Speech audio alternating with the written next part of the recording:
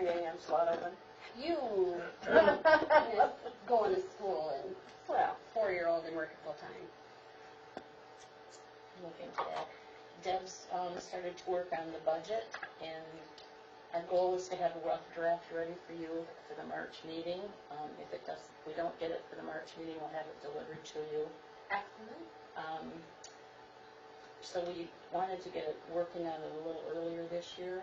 So we were trying to have a workshop on your budget, and I wrote in my report March 31st, but we'd like to change that to the 29th or 30th instead of the 31st, because Deb is leaving on vacation that day, so she's pretty important to be here for the budget. March, what day? Well, the 29th or 30th, whichever one I think is I'm actually flying out the 30th. So the 29th? Does that work for everybody? okay. And to be clear, we were doing something on April 1st. It was April Fool's Day. no. It was something that Tad was setting up, and we had to schedule it in advance. Lou Bender. Oh, yes. Is that April 1st? I spoke with them this week, and we've decided to postpone that until you have a new manager on. Okay. Oh, excellent, because I will be in Arizona. Very good. So we're looking at the 29th then. Yes. Tuesday the 29th. I can make that happen. Tuesday available?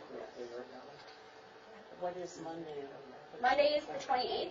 Is that available for anybody? I can do Monday. As long as I can do. I have a staff meeting, but other than as long as I can do it after that.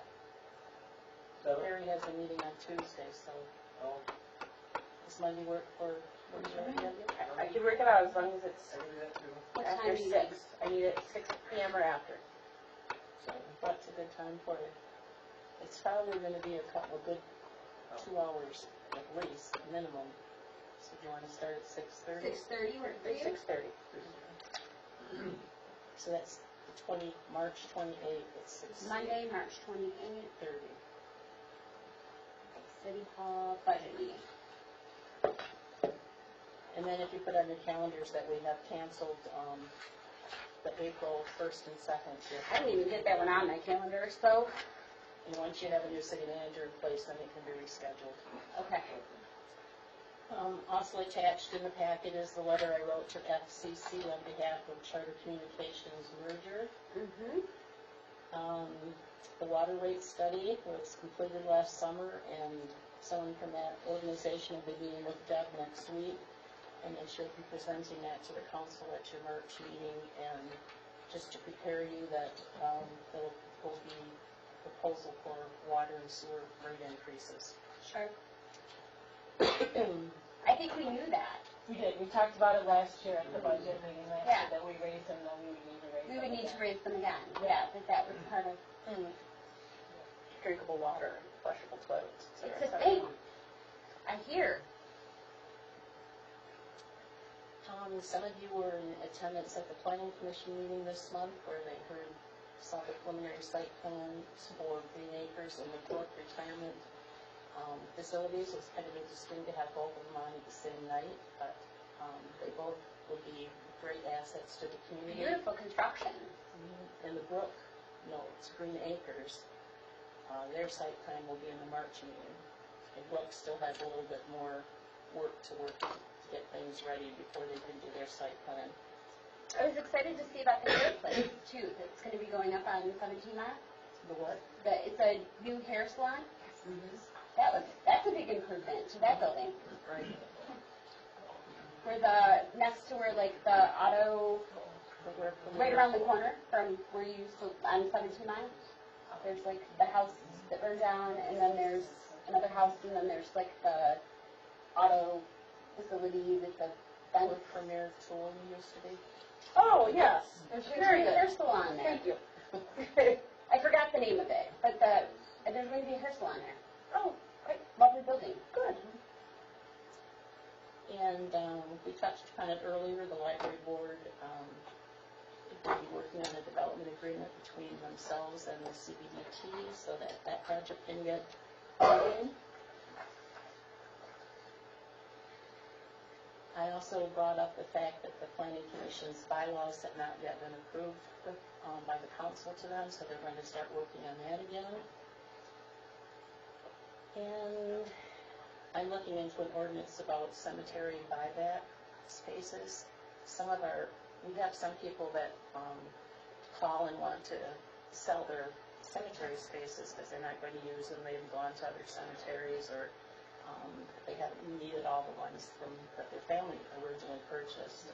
And our practice has always been that we pay what they originally paid for those cemetery spaces.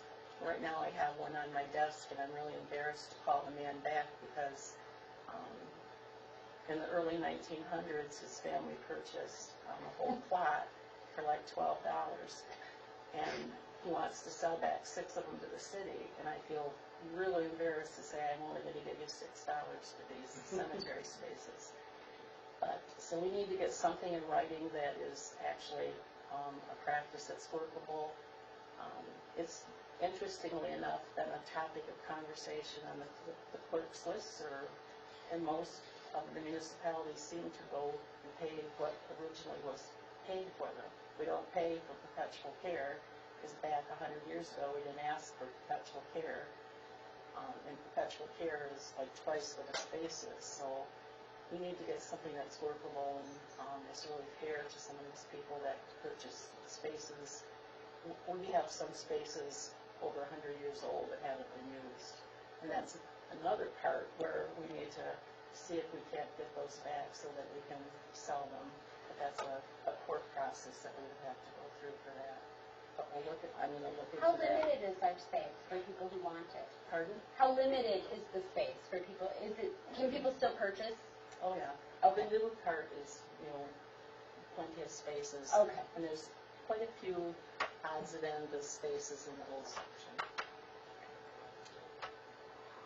And then also I'm going to work on a policy about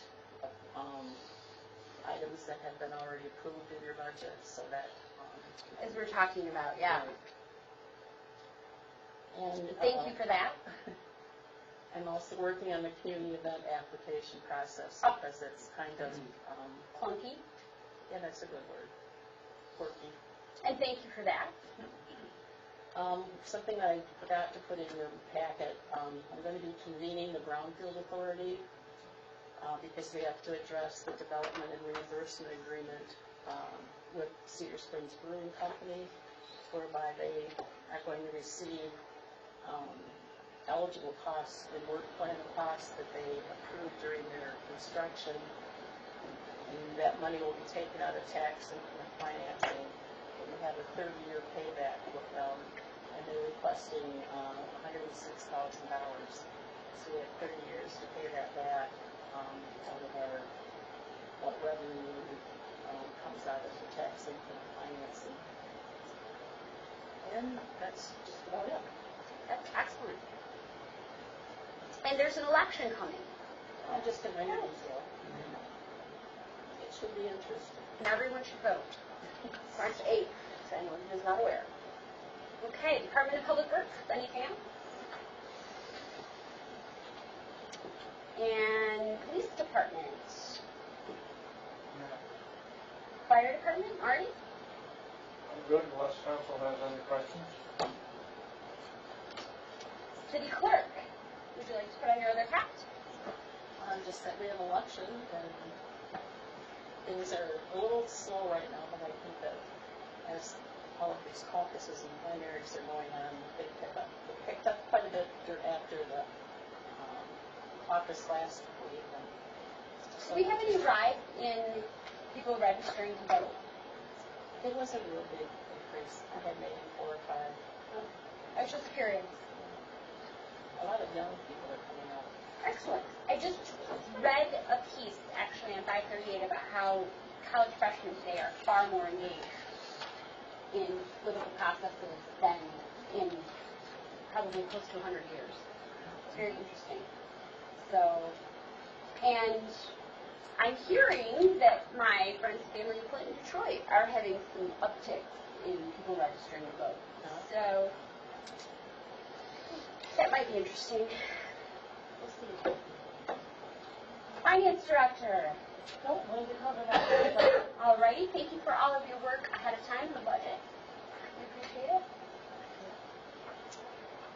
And professional code inspections, anything you need there? If not. And we have our board and commission minutes. Any questions from the DDA meeting, planning commission, library board? Anything there? All right, and we will move on to council comments. I can start with Mr. Clark. Well, one thing I want to get my hat off to Jason for being patient. This is on a very kind of personal note. I'm in charge of the security out at Creative Tech. We've been having some problems with critters and malfunctioning sensors. So I've been getting calls at 12 o'clock to 3 o'clock in the morning telling me that I've got a burglar and that the authorities have been notified. And I said, please try to cancel the authority. But guess what? They don't ever get to them. So it got so bad, Jason finally had to send Chad, what's his name? Tucker, out to have a chat with me. And but I appreciate the fact that he was so patient. And because I don't know how many calls you guys came up there on. Because I'm the key holder, and I just didn't show up because I knew there was nothing going on. And so, thank you, Jason. I appreciate it. So do you have a burglar coon or? No, we don't know. We never could find the mouse, and the other was a malfunctioning sensor. The tech said that it might be a spider. Okay, that's the spider. We find said mouse. You got a 12-inch plow. Yes, it's 12-inch plow. We can put the mouse too. Councilor Hopkins. I just want to thank everybody that showed up for doing other things. Actually watch us for entertainment on YouTube. Over there. Councilor Powell. Well, I'm one of the people that's hoping for snow for our snowmobile races. Oh, that's true, that's It's true. quite an event, and otherwise, it's been a pleasure tonight. I think we made a lot of ground, and congratulations to Donna. And thanks. Councilor Truesdale. I guess all I'd say, I'd like to see these meetings somehow abbreviated. I think there can be less discussion in some areas. We could move through some of these things faster so I can get to bed at night. Okay. Thank you. Duly noted. Councilor Nixon. Well, as always, thank you to everyone for coming. Thank you for those of us who either watch us on YouTube for information or have made us in the drinking game. I am always eternally grateful for our city employees, and if there's anything that we can do as a council to support you and help you, please let us know. We're eager to do that. And good night. And I would just like to say I did my best to not muck it up tonight with the mayor gone, and congratulations to Don Park. I'm so excited to see you as the Grand Marshal. This is just amazing and fabulous. And again, our city, and I know I say this quite often, but thank you for making the water come out of the pipes and making it safe. As a person who grew up in Flint, and I'm watching this on the news, and it's really scary. And I am thankful every single day when I turn on my faucet and I don't have to worry about my kids. So, I thank you for that. And with that, I move to adjourn.